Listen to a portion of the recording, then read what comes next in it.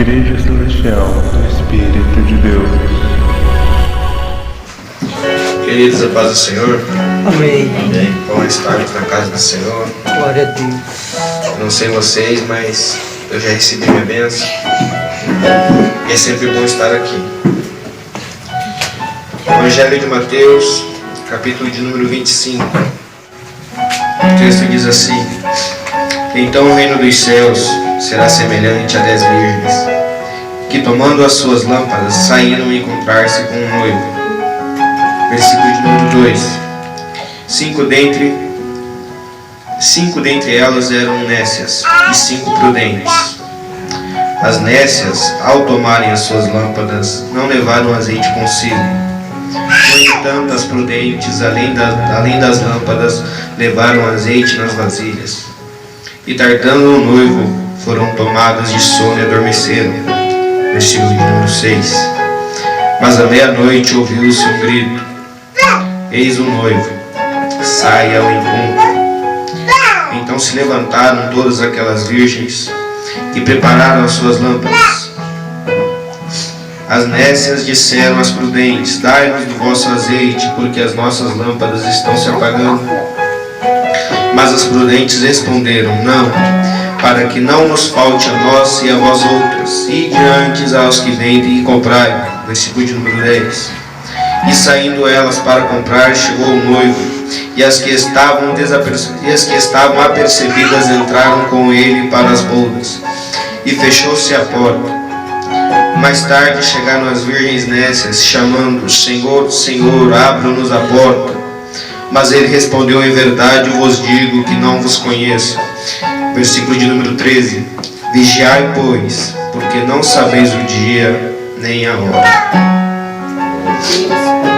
Queridos, Jesus por diversas vezes vai ensinar através de parábolas. Só que esta parábola, meus irmãos, me chamou a atenção, porque no começo vai estar dizendo que eram 10 virgens.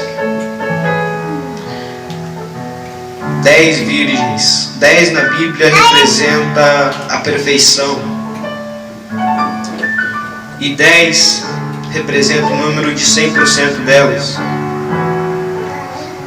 E a Bíblia vai dizer, meus irmãos, no versículo de número 2: 5 dentre elas eram nécias e 5 prudentes. Há traduções que diz 5 eram loucas. Então repare que das 10, 5 eram loucas e 5 eram prudentes. Ser louco aqui no sentido não é de ser louca literalmente, mas é que estava desapercebida, estava de qualquer maneira, não estava preparada. E as outras 10 estavam apercebidas, eram prudentes. Opa, eu posso ir até ali, a partir dali eu não vou mais. 5 eram prudentes, 5 pensavam antes de agir. E repare que 5 dentre elas levaram consigo vasilhas, e as outras não, levaram apenas as lâmpadas. E sabe o que isso significa? É que dentro da igreja, nos dias atuais, eu já falei isso aqui domingo passado, existe a igreja dentro da igreja. Existe aqueles apenas que entram dentro do templo, mas não entram dentro do culto. O culto é totalmente diferente do que entrar dentro do templo, porque eu posso muito bem entrar pelaquela porta, me sentar no banco e não entrar no culto. Posso apenas vir para a igreja, mas eu louvo a Deus por estar num lugar onde todos aqui entram no culto, entram na presença, entram no ambiente da adoração. E 5 dentre essas virgens levaram apenas as lâmpadas, e as prudentes levaram consigo vasilhas. A vasilha representa o Espírito Santo, porque tem que ter a presença. Porque se não tiver a presença, meus irmãos, nós não conseguimos fazer nada. Porque nós vivemos num tempo onde é difícil viver. E é muito mais difícil viver, meus irmãos, sem a presença do Espírito Santo. Porque o próprio Jesus disse: eu vou para o Pai, mas eu enviarei o outro, o Consolador, o Espírito Santo. Então Ele nos consola no momento da tribulação, no momento onde pensamos que estamos sozinhos, no momento onde pensamos que não vai dar mais certo. Mas nós temos o Espírito Santo, o Consolador. Jesus disse que não nos deixaria órfãos, e é Ele que está aqui nesta manhã. Queridos, e a palavra vai nos dizendo que tardando, ambas adormeceram. As 10 adormeceram. Elas dormiram, porque o noivo estava demorando. E não é assim nos dias atuais. Nós não pensamos que Jesus está demorando. Só que Jesus não voltou ainda porque eu e você ainda temos coisas para acertar. Jesus não voltou ainda porque eu sei que ainda sou falho em várias áreas da minha vida. Jesus não voltou ainda porque se Ele voltasse, meus irmãos, muitos não iriam subir. Mas nessa última hora, meus irmãos, nós vemos que aqueles que são crentes estão permanecendo e aqueles que não são estão ficando pelo caminho. As 10 adormeceram, todas elas. Só que a palavra diz que à meia-noite, aquele alvoroço na cidade, só dava para se escutar: aí vem o noivo, aí vem o noivo, sai ao encontro. Versículo de número 6. Mas à meia-noite ouviu-se um grito: eis o noivo, sai ao encontro. E dá para se imaginar, meus irmãos, o susto que elas levaram. Ei, mas deixa eu te dizer, Jesus não vai voltar de uma hora para outra, porque nos púlpitos está sendo pregado: aí vem o noivo, aí vem o noivo. Ei, sabe o que significa isso aqui? É que o Espírito Santo está nos alertando: fique pronto, o noivo vem aí. Assim é nos dias atuais. Jesus não vai pegar ninguém de surpresa, porque nós temos de estar preparados para que quando soar a última trombeta, nos encontrarmos com Ele. Jesus pode voltar hoje. E como está a minha vida? Como está a sua vida? Jesus pode voltar amanhã, depois de amanhã. Jesus pode voltar e eu e você nem estar mais vivos. Mas a minha alma, a sua alma, terá um encontro. Pode passar os céus e a terra, mas as palavras deles não vão passar. A sua alma e a minha alma vai ter que prestar conta com Ele. Nós iremos nos encontrar. Ei, Jesus pode voltar e nós não estarmos vivos, mas mesmo mortos, nós iremos nos encontrar com Ele. Versículo de número 6. Aí vem o noivo, sai ao encontro. Meus irmãos, então as 10 se levantaram. Só que as prudentes tinham levado consigo a vasilha, e as loucas não. E quando as loucas se deram conta, a lamparina delas estava se apagando. Aí elas olharam para as prudentes e falaram: dai-nos do vosso azeite. Sabe o que isso significa? Significa, meus irmãos, que naquela última hora, no último momento, quando Jesus vir nos levar, muitos vão querer correr atrás. Muitos vão querer, meus irmãos, nesta última hora se converter e ver que não valeu a pena ficar brincando de ser crente. Mas na última hora será tarde demais. E você sabe ainda mais o que significa quando as outras virgens, as prudentes, falam: não, para que não nos falte. Significa que a presença do Espírito Santo não é compartilhada. Não é porque tal pessoa é cheia do Espírito Santo que a outra vai ser também. Não é porque a outra pessoa é cheia do Espírito Santo que quem está ao seu lado vai ser cheio também. A presença do Espírito Santo bem dizendo, é algo individual na vida de cada um. Porque se fosse compartilhado, todos nós seríamos cheios da mesma forma. Só que por que você acha que tem gente na igreja, meus irmãos, que quando é cantado um hino já está chorando e a outra pessoa não? Porque é mais sensível ao Espírito Santo, dá mais liberdade para o Espírito Santo. Aí as outras igrejas respondem, não, para que não nos falte, e não nos falte a voz também. Sai procurar. Procura com quem tem, procura com quem vende, mas não diz que a presença do Espírito Santo é vendida. Ei, aí ela sai procurar. Vai procurar onde? Não tem lugar onde vender. E aqui, meus irmãos, que acontece a divisão. Porque 5 delas entram para dentro e as outras 5 ficam para fora. As 10 estavam no mesmo lugar, só que 5 entraram e 5 ficaram.